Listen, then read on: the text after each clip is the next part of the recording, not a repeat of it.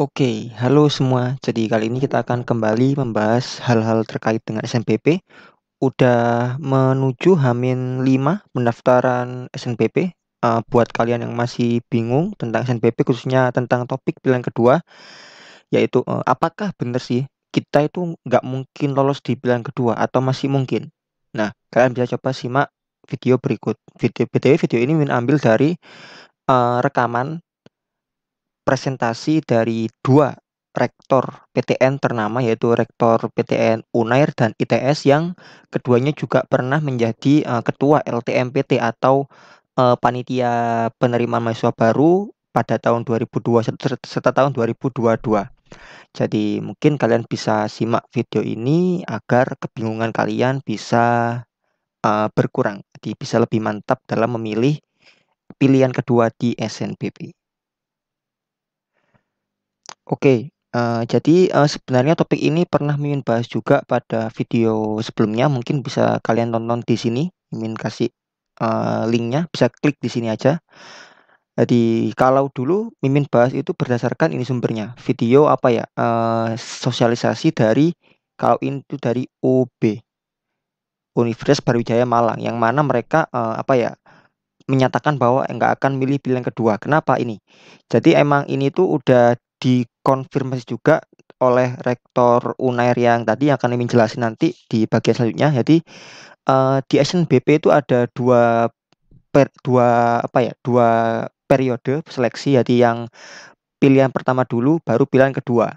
Nah, di pilihan pertama itu biasanya alasannya kenapa kok pilihan kedua nggak diseleksi karena udah penuh gitu. Jadi itulah alasan pertama. Jadi untuk menunggu pilihan kedua itu harus diseleksi pilihan satu dulu, baru pilihan dua. Nah, biasanya untuk menyeleksi pilihan kedua itu harus nunggu pilihan pertama dulu, dan itu mungkin dianggap beberapa PTN, beberapa kampus itu kayak nggak tahu ya, mungkin kayak memberatkan atau gimana, sehingga kebanyakan cuma seleksi di pilihan satu aja. Dan juga biasanya ini prodi yang apa ya, grade-nya tinggi itu udah penuh biasanya. Jadi yang pilihan kedua itu udah nggak diseleksi. BTW ini sumbernya. Jadi di SNBP itu kuotanya itu ini minimal 20%.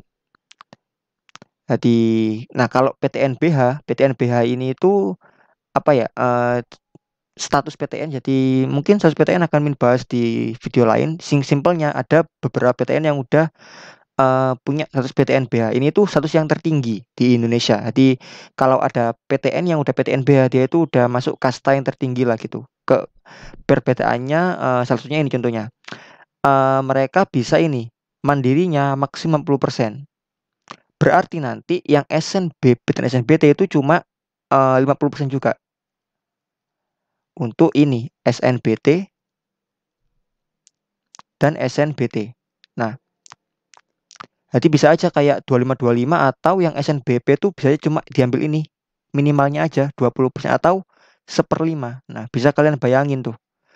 Makanya bisa jadi di pilihan pertama itu udah penuh di periode pertama, sehingga periode kedua itu nggak penuh.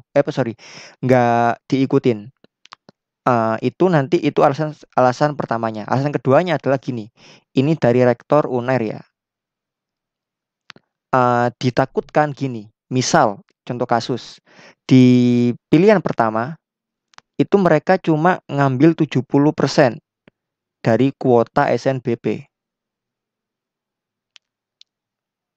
Otomatis ada yang gagal dong. Mereka yang ngambil di pilihan pertama itu ada yang gagal pasti kan di sini, kan 70% aja. Terus ternyata di pilihan kedua itu, nah, pendaftarnya, peminatnya itu tidak di peminatnya yang ada di pilihan kedua setelah menunggu dari seleksi yang lain ini kan juga sisa biasanya kan. Mereka-mereka yang pilihan kedua itu ya mereka yang nggak lolos di pilihan pertama turun ke pilihan kedua gitu. Peminatnya itu tidak lebih baik dari yang ini tadi, mereka yang gagal di sini. Jadi ada risiko ini. Itulah kenapa Rektor Unair menyatakan bahwa mereka mengambil resiko, mengambil jalan yang beresiko apa ya, dihujat atau apa gitu. Mereka nggak akan ngambil di pilihan kedua, katanya gitu. Video lengkapnya Mimin taruh di deskripsi, nanti bisa kalian tonton untuk apa penjelasan dari beliaunya langsung. Kurang lebih kayak gitu. Jadi yang pertama ini sistemnya kayak gini. Nah, biasanya tadi itu kuotanya dikit. Nah, kalaupun dibuat kayak gini itu nanti ada risiko kayak gini. Nah, jadi itu nggak bisa apa, daripada risiko kayak gini yang lebih pinter nggak lolos, yang nggak lebih pinter atau yang nilainya nggak lebih tinggi lolos. Jadi kayak gitu. Nah, terus buat apa pilihan kedua? Jadi berarti ini pasti nih nggak lolos pilihan kedua. Nah, tunggu dulu. Kalau dari rektor ITS itu videonya juga akan Mimin cantumin juga sumbernya, jadi bisa kalian tonton. Kalau kata Pak Asari atau rektor ITS itu ada memang seperti itu tadi, benar ada benernya. Biasanya prodi yang favorit itu sering penuh dulu, tapi ada kalanya kasus gini, peringkat bawah di peringkat bawah di pilihan satu itu nilainya tidak, di lebih rendah nilainya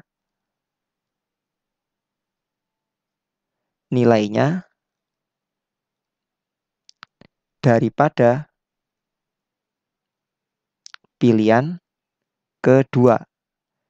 Jadi daripada mereka yang ambil yang kedua. Ini contohnya kayak gini, misalnya kamu pertamanya ITB gitu. ITB kan emang ya apa ya, kalau secara grade mungkin lebih tinggi dari ITS gitu.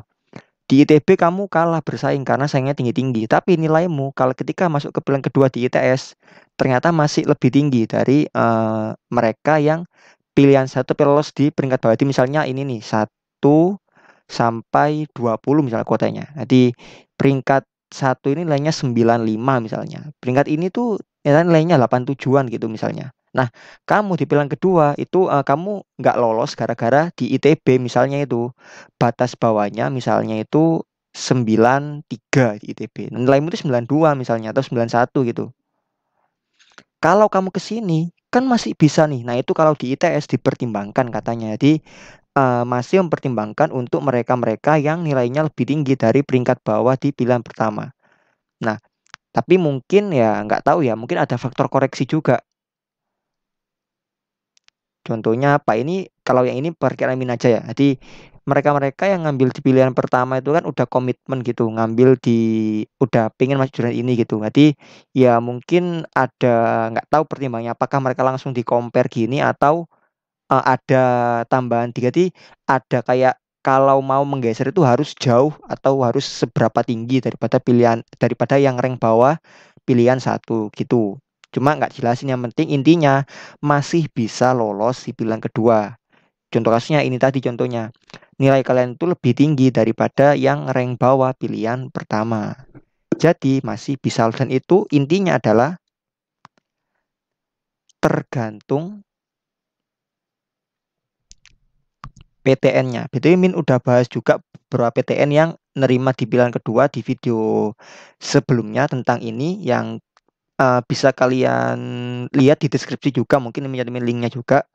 Jadi kalian harus bijak mencari informasi ini. Jadi masih bisa kok lolos di pilihan kedua meskipun nggak semua. Karena apa?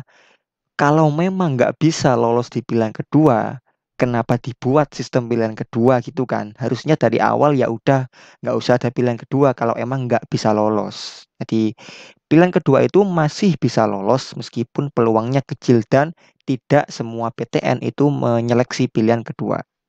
Jadi kurang lebih seperti itu. Udah, jadi semoga bisa mengurangi kebingungan kalian dan segera bisa melakukan finalisasi. Jangan mepet ya, kalau bisa Hamin 2 atau Hamin 2 lah itu kalian udah finalisasi gitu. Oke, kurang lebih seperti itu. Kalau ada pertanyaan, sampaikan di kolom komentar. Sampai jumpa di video-video lainnya.